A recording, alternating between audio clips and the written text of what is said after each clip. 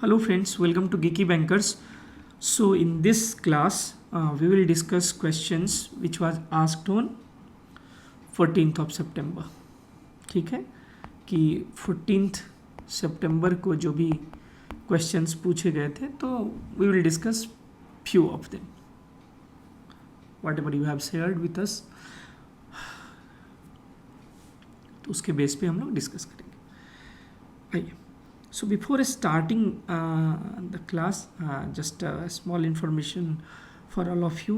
If you are preparing for any IIBF exams, mostly related to computers and all, so the Geeky Bankers app could be one-stop solution for all of you.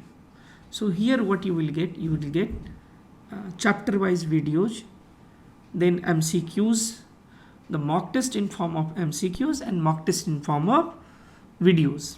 Okay, then lecture PDF is also there, but please remember you will not be able to download this PDF, although you will be able to view this PDF in offline mode in your mobile app or laptop, but you will not be able to download. And this is our WhatsApp number, so any query, any suggestion, any request, okay, you can just drop a message. And one more request from my side कि जो भी app आप लोग subscription लेते हैं courses का, तो उसमें यदि आपको कोई भी इश्यू आ रहा ना, तो ऐप में जो ग्रुप है, ठीक है, ऐप में भी हर सब्जेक्ट का अपना अपना ग्रुप है, चाहे वो प्रिवेंशन का हो, डिजिटल का हो, IT सिक्योरिटी है, इंफॉर्मेशन सिस्टम बैंकर है, ठीक है. तो वहाँ पर नहीं दे करके आप मुझे व्हाट्सएप पे मैसेज करो यहाँ पे, तो team are there which will take care of all your needs. कि यदि ब्लॉक हो गया है, लैपटॉप पे आपको एक्सेस करना है या कोई भी क्वेरी हो, तो आप वहाँ पे व्हाट्सएप पे जो है हमें मैसेज डालिए. ठीक है, तो चलिए स्टार्ट करते हैं. ठीक है, the first question is what is direct evidence. Direct evidence जो है वो क्या है? देखिए, डायरेक्ट एविडेंस क्या है कि in cyber crime it refers to information or material that directly links a person to the crime without needing interference or assumption. कि डायरेक्टली ही लिंक हो जाए. मान लीजिए कोई क्राइम कर रहा हो और हम उसे देख रहे हैं, ये भी एक डायरेक्ट एविडेंस है ना, कि डायरेक्टली ही इन्वॉल्वमेंट पता चल रहा है, देख रहे हैं. ठीक है, it is the most straight forward form of evidence as it clearly shows that a cyber crime was committed and who committed it. Directly दिखता है कि साइबर क्राइम हुआ है and who has committed this crime. This can be data और information that clearly shows an event और action has occurred. ठीक है, अब डायरेक्टली जो डायरेक्ट एविडेंस है वो क्या हो सकता है? तो डायरेक्ट एविडेंस आपका हो सकता है, जैसे हो गया आपका स्क्रीनशॉट और वीडियोज, ठीक है ना, showing the person actively committing the crime like hacking or unauthorized access. ठीक है, कि यदि कोई स्क्रीनशॉट है, कोई वीडियोस है जो डायरेक्टली ये बता रहा है कि कोई पर्सन जो है वो एक्टिवली क्राइम कर रहा है.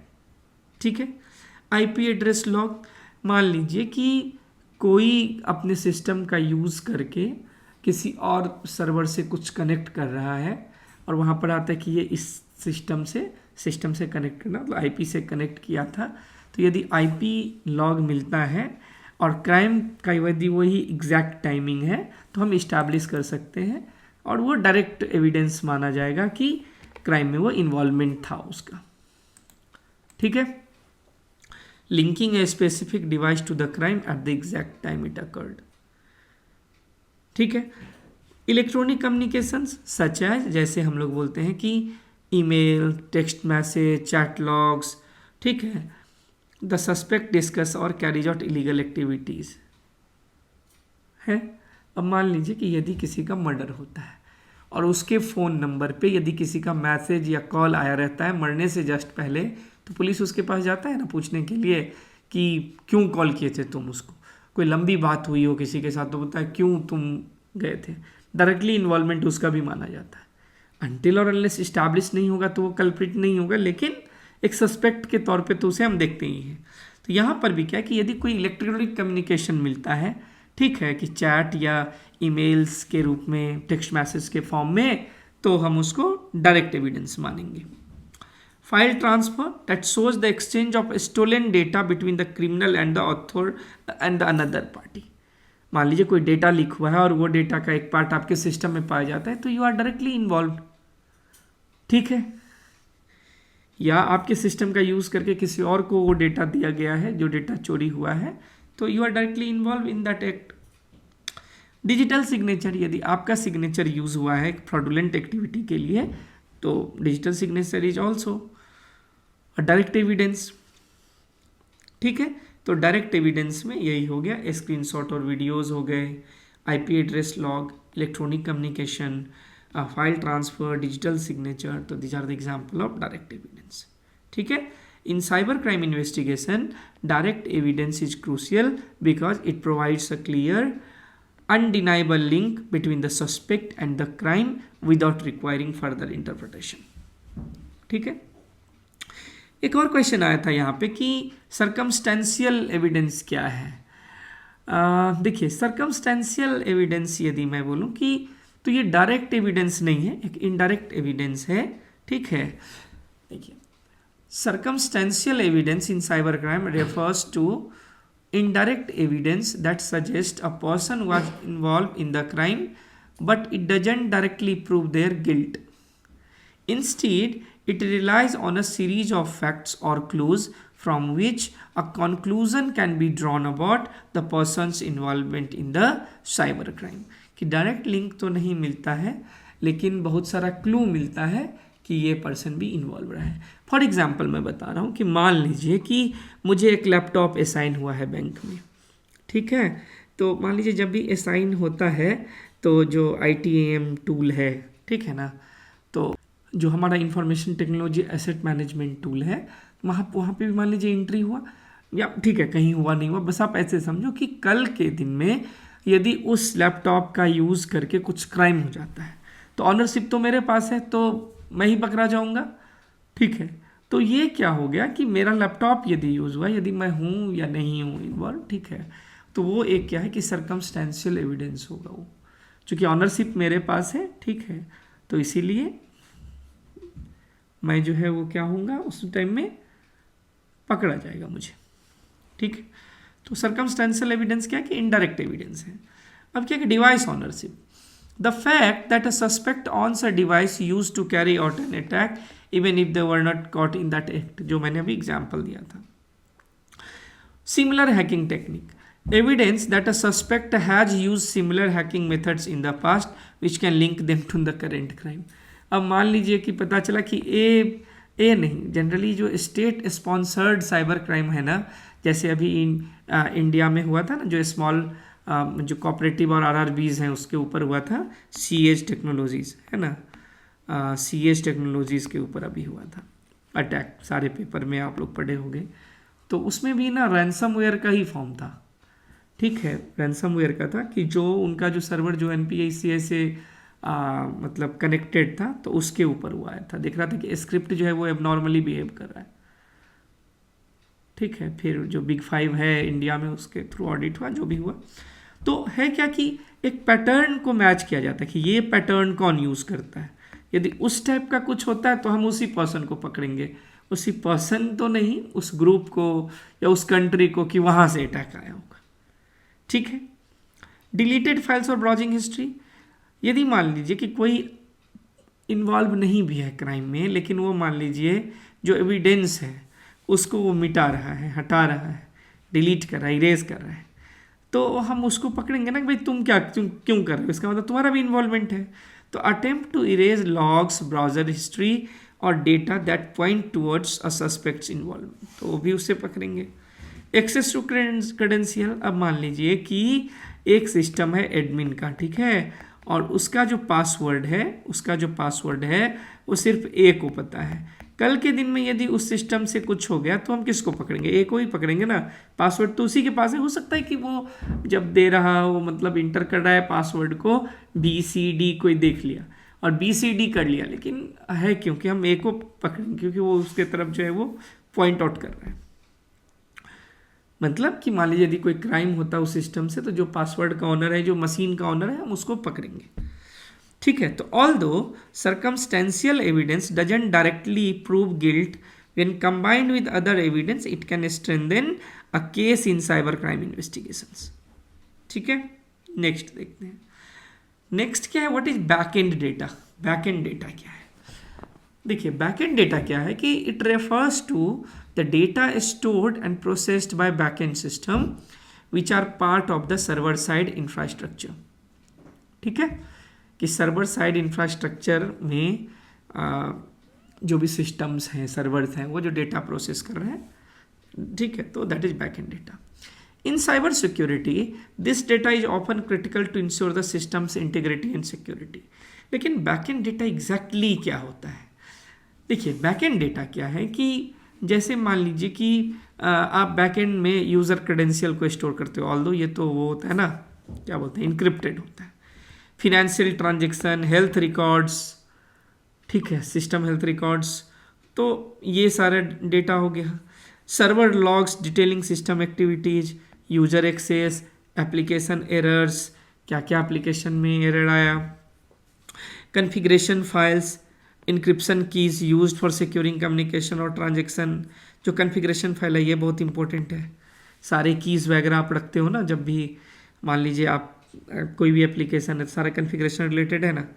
ट्रांजेक्शन रिकॉर्ड्स इन बैंकिंग और ई कॉमर्स एप्लीकेशन, तो ये सब सारा क्या है, बैक एंड डेटा। मान लीजिए कि यदि ये साइबर क्रिमिनल जो भी है इस तरह का, उसके पास चला जाएगा तो क्या होगा, आपका सिस्टम तो कॉम्प्रोमाइज हो जाएगा। तो इसीलिए protecting back end data is essential as it often contains the most valuable information for attackers. Cyber security measures like encryption, access control and regular monitoring are applied to safeguard backend data from unauthorized access or breaches। तो ये हमारा backend data का example है। Next क्या है, zero liability.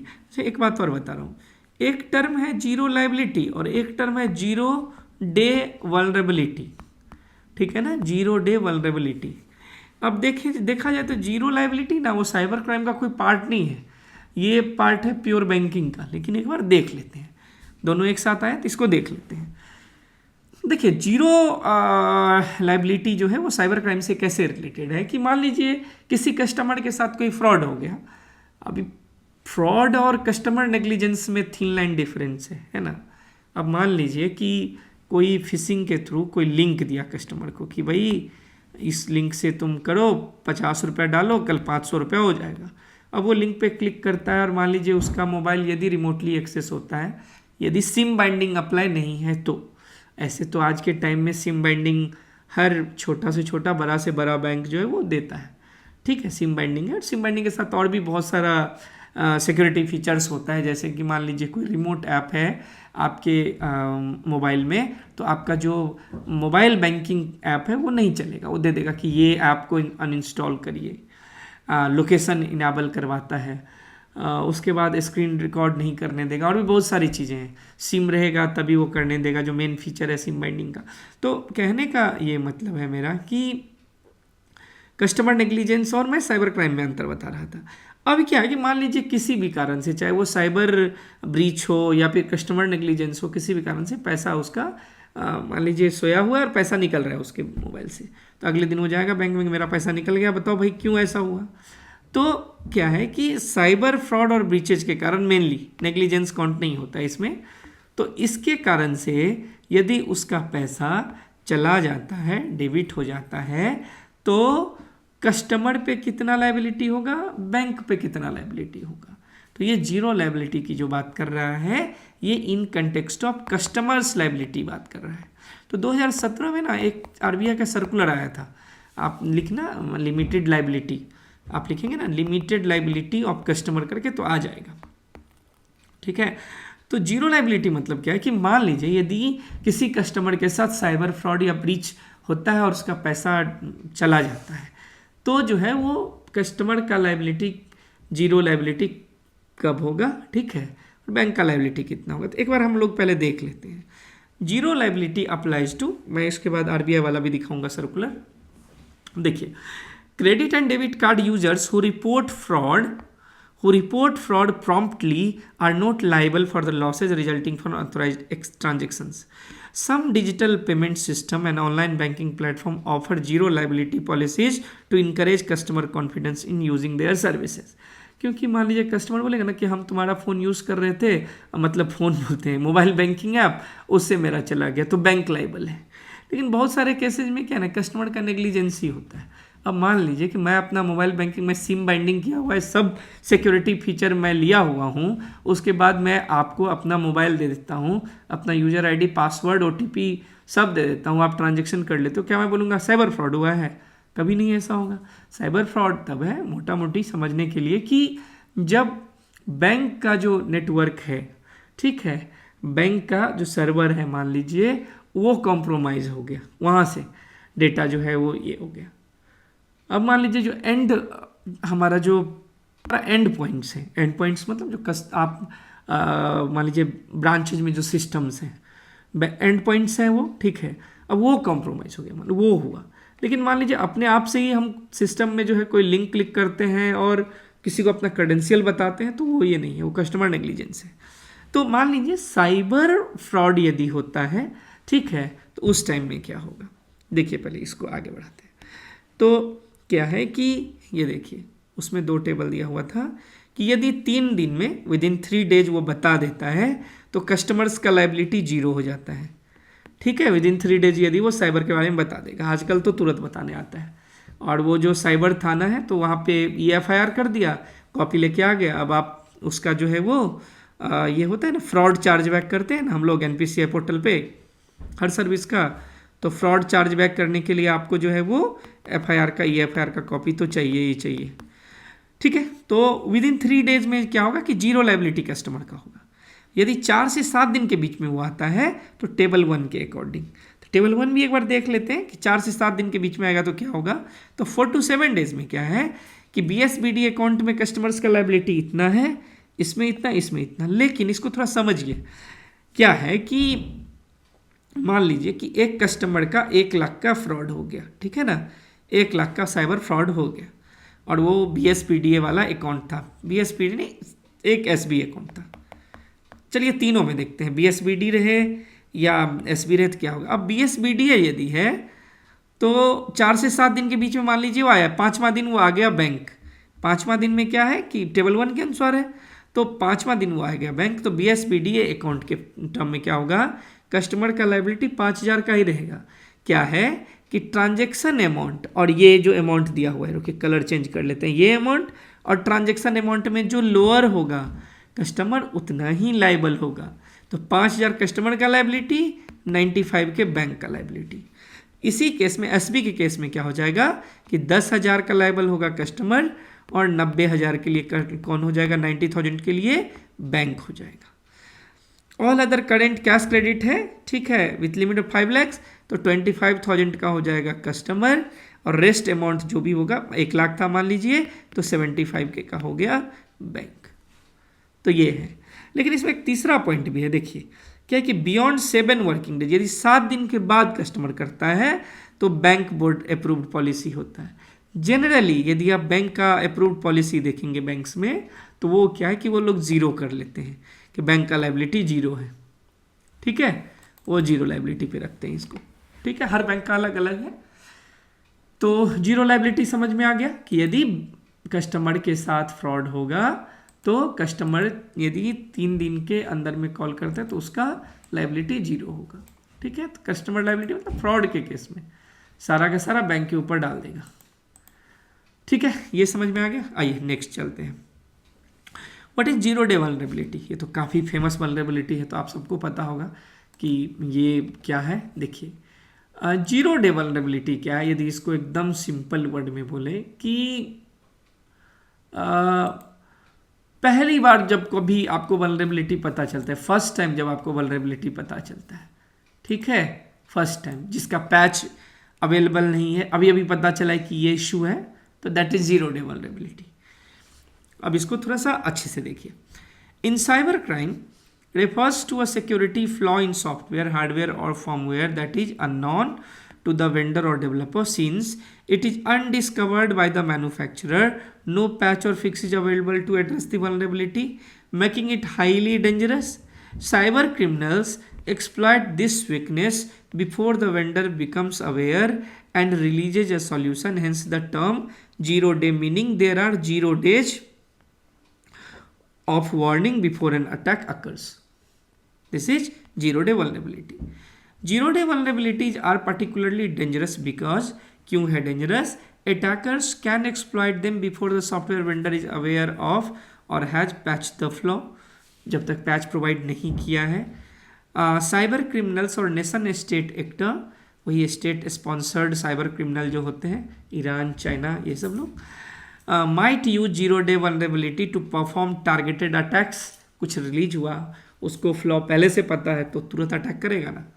Once the vulnerability is publicly disclosed, vendor typically rush to release a patch or mitigation to protect users.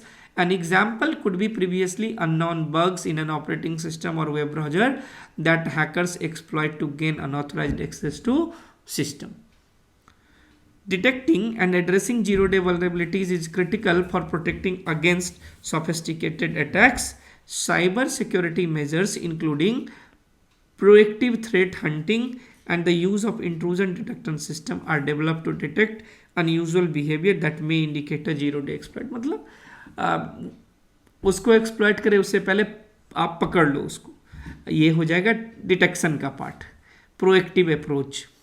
ठीक है, तो ये हमारा है 0 day वल्नरेबिलिटी. प्रिवेंशन और डिटेक्शन. देखिए प्रिवेंशन क्या है. अब देखिए किसी भी सिस्टम को यदि आपको सेफ रखना है तो आपका प्रिवेंशन मैकेनिज्म और डिटेक्शन मैकेनिज्म दोनों स्ट्रांग होना चाहिए. प्रिवेंशन मैकेनिज्म है प्रोएक्टिव अप्रोच. ठीक है ना, प्रोएक्टिव अप्रोच कि कोई चीज़ हो उससे पहले ही उसको रोक देना, कोई बैड कुछ होगा उससे पहले उसको रोक देना, तो दैट इज प्रिवेंटिव मैकेनिज्म. ये क्या है कि these are the actions taken to stop cyber crime before it happens. और ये प्रोएक्टिव अप्रोच में आप क्या, आप फायरवॉल लगा के रखो. ठीक है ना, अब आजकल जो सबसे अच्छा फायरवॉल है क्या ना, सोफोस हो, तो आप फायरवॉल लगा सकते हैं. जो मैं बोल रहा था एक सोफोस फायरवॉल. ठीक है, एक इसको हम लोग बोलते हैं नेक्स्ट जनरेशन फायरवॉल है ये. ठीक है ना, और ये मतलब एकदम एडवांस्ड फायरवॉल है ये. हिडन डिस्क है कुछ भी, जैसे डीप लर्निंग या फिर इंट्रूजन प्रिवेंशन. ठीक है, ये सारा इसमें होता है. ये अपने आप ही आइसोलेटेड, मान लीजिए किसी सिस्टम पे अटैक हुआ है तो अपने आप ही उसको क्या करेगा, इसको थोड़ा सा भी डेविएशन लगेगा तो वो उसको आइसोलेट कर देगा अपने आप ही सिस्टम को. ठीक है, आप इसको सिंगल कंसोल से मैनेज कर सकते हो. ठीक है, तो यही सब है. ठीक है, अब क्या है नेक्स्ट, आप क्या कर सकते हो प्रिवेंशन मैकेनिज्म में कि आप एंटीवायरस सॉफ्टवेयर जो है वो लगा सकते हैं. Scans for and remove harmful programs like viruses and malware. Encryption आप लो, जितना स्ट्रॉन्ग इंक्रिप्शन आप रख सकते हैं उसको आप यूज़ करिए. स्ट्रॉन्ग पासवर्ड्स रखिए, 2 फैक्टर ऑथेंटिकेशन रखिए, रेगुलर अपडेट आप रखो, सिक्योरिटी पॉलिसीज़ को आप जो है वो अपडेट करके रखो. तो ये सब हमारा क्या हो जाएगा कि प्रोएक्टिव अप्रोच हो जाएगा, मतलब प्रिवेंशन मैकेनिज्म कि कोई चीज़ हो उससे पहले उसको रोकने के लिए कि नहीं हो. ठीक है, लेकिन मान लीजिए कि अनफॉर्चुनेटली कुछ हो जाए तो उसके लिए हमारा है आफ्टर अप्रोच में डिटेक्शन मैकेनिज्म. तो सबसे पहला जो डिटेक्शन मैकेनिज्म है वो है इंट्रूजन डिटेक्शन सिस्टम. आपके पास इंट्रूजन डिटेक्शन सिस्टम हो कि monitors network traffic for suspicious activity and alerts administrators if something unusual is found. Log analysis, regular reviewing logs to spot strange behavior like someone accessing data they should not. Security information and event management SIEM, ये मैंने इसको detail में cover किया है इसी lecture के last में. ठीक है, इसको मैं स्किप कर रहा हूँ अभी के लिए. यूज़र एक्टिविटी मॉनिटरिंग है, keep track of user action to detect unusual behaviour. Antivirus alert है, if malware slips through antivirus software alert the user and tries to remove it. तो ये सब है आफ्टर वाला कि एक बार हो गया तो देखोगे कि भाई कैसे हुआ है. ठीक है, उसको पकड़ना होगा कि लॉग देखेंगे, चाहे आप इंट्रूजन डिटेक्शन सिस्टम का डेटा देखेंगे. ठीक है, यूज़र एक्टिविटी मॉनिटरिंग देखेंगे या एंटीवायरस का अलर्ट देखेंगे, तो ये सब आफ्टर अप्रोच है, एक बार हो गया तब। गोल क्या है कि prevention stop cyber crime before they happen, detection find the cyber criminals if they manage to get past the defence. यदि एक बार हो गया मान लीजिए क्राइम हो गया है, ठीक है, तो उसको फिर ये डिटेक्ट करेगा कि भाई कैसे हुआ। तो these mechanism work together to protect system and data from cyber threats. एक और आया था कि स्विस नाइफ साइबर क्राइम। अच्छा एक बात बताइए, स्विस नाइफ क्या है? ऐसे आप देखो तो स्विस नाइफ क्या है कि एक साथ आपको बहुत सारा फंक्शनैलिटी मिलता है स्विस नाइफ में, यही है ना। तो स्विस नाइफ जो है उसमें क्या क्या होता है? ब्लेड रहता है, सीजर रहता है, screw driver, bottle opener, can opener, बहुत सारा चीज़ उसमें रहता है, बहुत सारा फंक्शनैलिटी रहता है। इसी तरह स्विस नाइफ का हम लोग साइबर सिक्योरिटी के सेंस में मतलब क्यों यूज़ करते हैं, क्यों इस टर्म को बार बार यूज़ किया जाता है? देखिए स्विस नाइफ में जैसे बहुत सारा फंक्शनैलिटी रहता है ना, तो साइबर क्राइम के टर्म में यदि हम स्विस नाइफ को देखें तो ये भी क्या है कि वर्साटाइल टूल और software used by hackers or cyber criminals that can perform multiple tasks or functions similar to how a Swiss Army knife is a multifunctional physical tool। जिस प्रकार मतलब एज पर कि स्विस आर्मी नाइफ जो है मान लीजिए कि different मतलब फंक्शन प्रोवाइड करता है, जैसे मैंने बोला कि उसमें ब्लेड रहता है, सीजर रहता है, स्क्रू ड्राइवर रहता है, cork screw, bottle opener, can opener, जैसे आप वो नेल को जो स्मूथ करते हैं फ्रंट पार्ट को, वो हो गया, ट्विज़र्स हो गया, टूथपिक का भी यूज़ कर सकते हो, ठीक है, सॉ ब्लेड के भी फॉर्म में यूज़ करते हैं कि छोटा सा कुछ काटना हो तो उसे आप काट सकते हो। तो इतना सारा फंक्शनैलिटी होता है स्विच नाइफ में। तो इसी प्रकार से कि ऐसा टूल जिसमें मल्टी फंक्शनल हो और जो साइबर क्रिमिनल्स यूज़ करते हैं, ठीक है। तो in the context of cyber crime a Swiss knife might be to combine several hacking tools, offer multiple attack methods, convenient and efficient हो, ठीक है। तो ये सब यदि किसी टूल में है तो हम उसको बोल सकते हैं कि ये भी स्विस आर्मी नाइफ की तरह ये टूल काम करता है। तो इट कैन इंक्लूड, जैसे पहला वाला है कि कंबाइन सेवरल हैकिंग टूल्स, तो it can include a variety of hacking functions like password cracking, network scanning, malware injection, data exfiltration, etc. all in one package. Offer multiple attack method, so it can be used for various types of attacks including phishing, spyware deployment, ransomware, exploiting vulnerabilities in system. Convenient and efficient.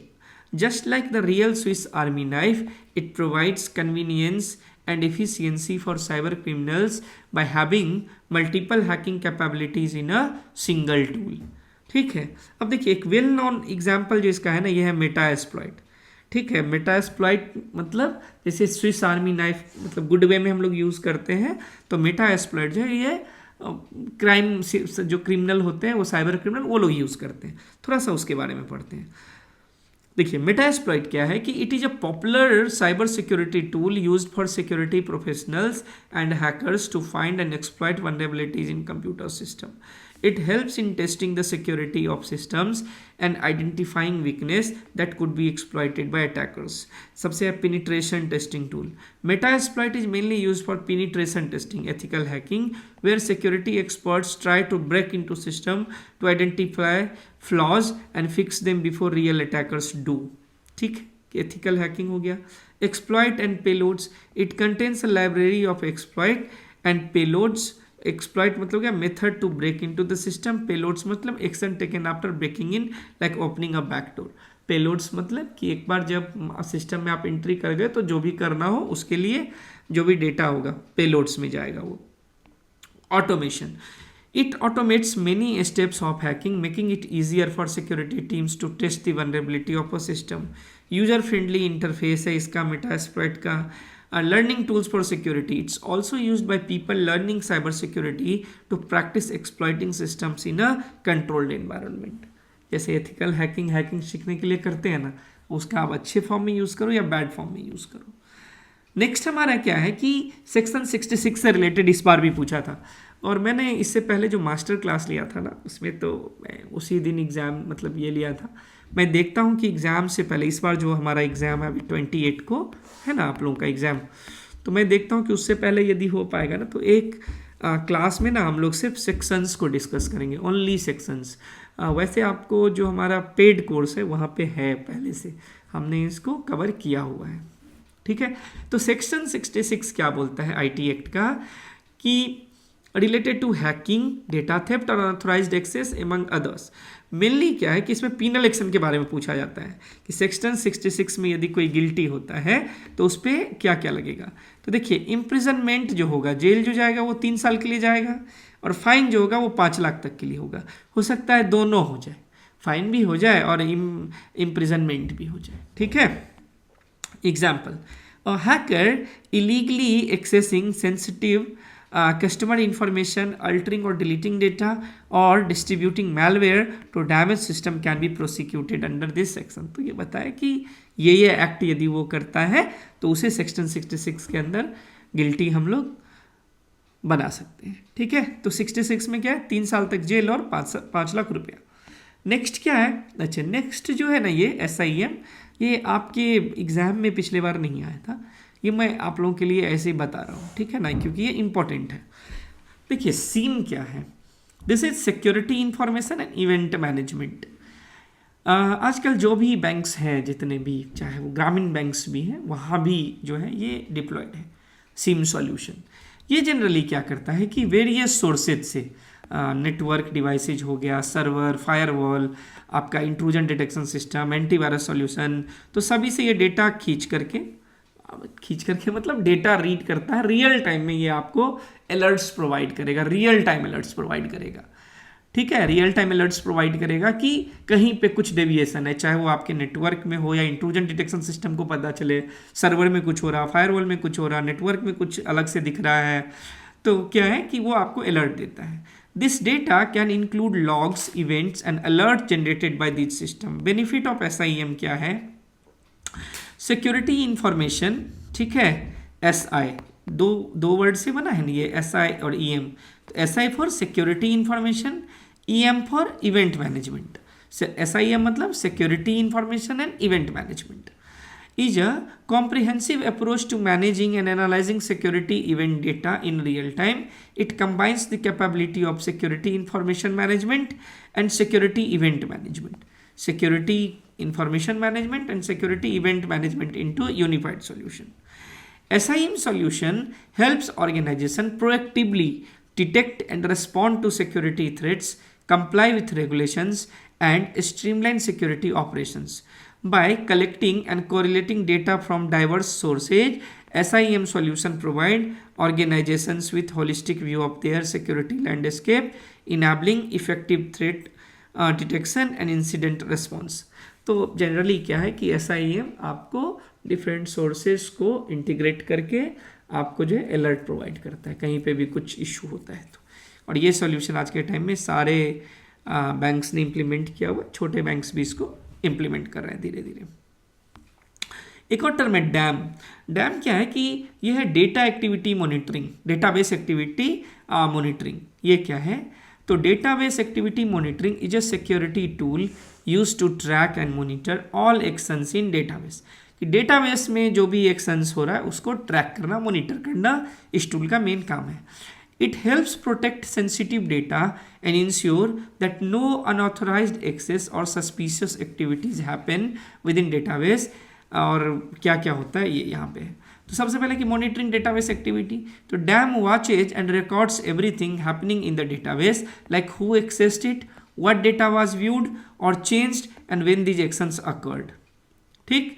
Detecting suspicious behaviour, it alerts administrator if unusual or risky behavior is detected, such as unauthorized access, data breaches or hacking attempts. Compliance support, DAM helps organization follow legal regulations like data protection laws। तो आप उसको इसमें as a policies में update कर दोगे तो वो comply हो जाएगा। By ensuring proper monitoring and reporting of database activities, real-time protection, it provides continuous real-time monitoring to quickly spot and react to potential threats. In short, DAM keeps an eye on your database to protect it from unauthorized access or harmful activities. To monitor database activity effectively, tools like DAM enable logging, set up alerts, and employ query profiling, audit for security, watch resources utilization, and track user activity. तो DAM monitor the performance, availability, and overall health status of database. तो ये सब के लिए होता है. ठीक है, तो आज का हमारा जो ये क्लास है यही कंप्लीट होता है. अगेन आपका एग्जामिनेशन है 28 को. देखिए एक बात और मैंने देखा है, प्रिवेंशन ऑफ साइबर क्राइम में क्या है, कभी कभी ना बहुत मॉडरेट या इजी क्वेश्चन आता है, और कभी कभी ना वो मान लीजिए जो बुक में आपके नहीं है, यूएसए के या एक्ट पूछ देगा या कुछ पूछ देगा. तो मैं बस एक ही बात आप लोगों को कहूँगा कि जो भी ऐप में अपडेटेड है और ऐप में इनफ मटेरियल है, यदि कोई ये चाह रहा है कि हम 2-4 दिन पढ़ करके पास कर लें, तो जो भी 60 मार्क्स वाला क्वेश्चन है, चाहे वो प्रिवेंशन ऑफ साइबर क्राइम हो, चाहे वो आपका आईएसबी हो, इंफॉर्मेशन सिस्टम बैंकर हो, KYC-ML हो, तो नहीं, उसमें थोड़ा सा पढ़ना पड़ेगा. और जो भी मटेरियल मैं प्रोवाइड किया हुआ हूँ ना, उसको पूरा गो थ्रू करिए. और रन टाइम में हो सकता है कि वो डायरेक्ट क्वेश्चन नहीं आए, कॉन्सेप्ट शायद मिले, तो यदि आप उसको पढ़ोगे तो एक अप्रोच बनता है क्वेश्चन का आंसर करने में रन टाइम में. ठीक है, और बहुत सारे स्टूडेंट अच्छे से पास कर रहे हैं, आप भी पास करेंगे, लेकिन जो भी वहाँ पे मटेरियल है उसको आप कवर करिए.